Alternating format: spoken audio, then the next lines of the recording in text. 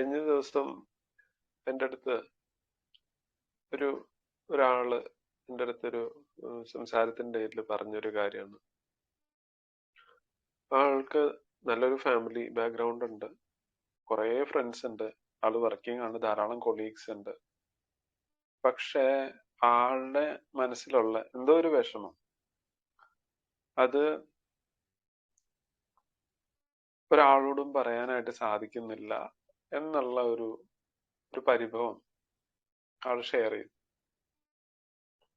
അപ്പം ഞാൻ മനസ്സിലാക്കിയ കാര്യം എന്താന്ന് വെച്ച് കഴിഞ്ഞാല്, ഇദ്ദേഹത്തിന് അല്ലെങ്കിൽ ആ ആൾക്ക് മറ്റൊരാളോട് ഷെയർ ചെയ്യാനായിട്ടല്ല പ്രശ്നം. ഈ കാര്യങ്ങൾ പറയുമ്പോൾ അഭിപ്രായങ്ങളും ഉപദേശങ്ങളും കൊടുക്കാനായിട്ട് മലയാളികളെക്കാൾ കേമന്മാര് വേറെ ആരുമില്ല. നീ അങ്ങനെ ചെയ്യേ, അല്ലെങ്കിൽ നീ ഇങ്ങനെ ചെയ്യേ, നീ അങ്ങനെ ചെയ്ത് ശരിയായില്ല, നീ ഇങ്ങനെ ചെയ്തായിരുന്നെങ്കിൽ അത് നന്നായേനെ, അങ്ങനെയുള്ള ഉപദേശങ്ങൾ കൊടുക്കാനായിട്ട് വളരെയധികം ആളുകളുണ്ട്.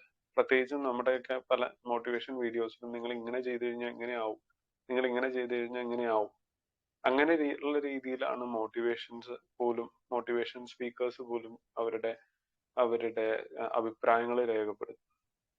യഥാർത്ഥത്തില് ആളുകൾക്ക് ഉപദേശങ്ങളോ സജഷൻസ് ഒന്നും ആവശ്യമില്ല.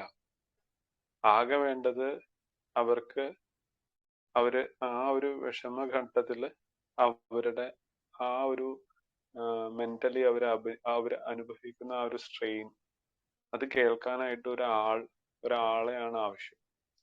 അല്ലാതെ ഉപദേശങ്ങളോ അല്ലെങ്കിൽ സജഷൻസോ കൊണ്ടോ ഒരു മാറ്റവും മിക്കവരുടെയും ജീവിതത്തിൽ ഉണ്ടാവാനായിട്ടുള്ള സാധ്യത വളരെ കുറവാണ്. അപ്പൊ അടുത്ത തവണ അങ്ങനെ അനുഭവിക്കുന്ന അല്ലെങ്കിൽ വിഷമതകൾ അനുഭവിക്കുന്ന മെന്റലി സ്ട്രെയിൻഫുൾ ആയിട്ടുള്ള റിലേഷൻഷിപ്പിലോ സിറ്റുവേഷൻസിലൂടെ കടന്നു പോകുന്ന ആളുകൾ നിങ്ങളുടെ അടുത്ത് വരുമ്പോ അവരെ ഉപദേശിക്കാനായിട്ടോ അല്ലെങ്കിൽ അവർക്ക് സജഷൻസ് കൊടുക്കാനായിട്ടോ നിൽക്കാതിരിക്കുക. അവർക്ക് എന്താ പറയാനായിട്ടുള്ളത് അത് കേൾക്കുക. അത് തന്നെയാണ് ആ ഒരു സിറ്റുവേഷനിൽ നിങ്ങൾക്ക് അവർക്ക് ചെയ്യാൻ പറ്റുന്ന ഏറ്റവും വലിയ ഹെൽപ്പ്.